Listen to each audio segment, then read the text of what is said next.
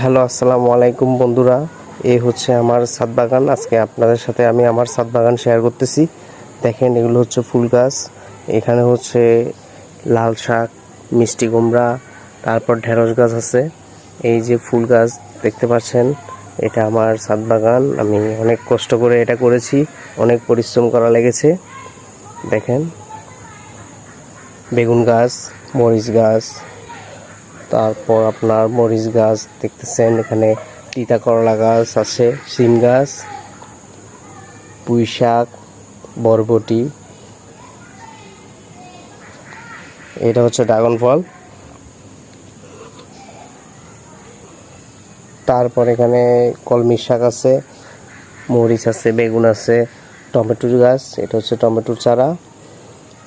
তো এখানে আজকে নতুনভাবে করেছি এই জিও ব্যাগের মধ্যে, জিও ব্যাগ দুইটাতে শাক করেছি। একটাতে পালং শাক আর একটাতে মেবি মাইরার শাক, ডাঁটার শাক আর কি। এইখানে লাল শাক করেছি। দেখেন, এগুলা কলমি শাক, ধনিয়া পাতা, এগুলো হচ্ছে ঢেঁড়স গাছ, আর এগুলো বরবটি গাছ। বরবটি গাছ প্রায় বড় হয়ে গেছে, একদম উঠে যাচ্ছে মাচায়। ঠিক আছে, ধন্যবাদ। আসসালামু আলাইকুম।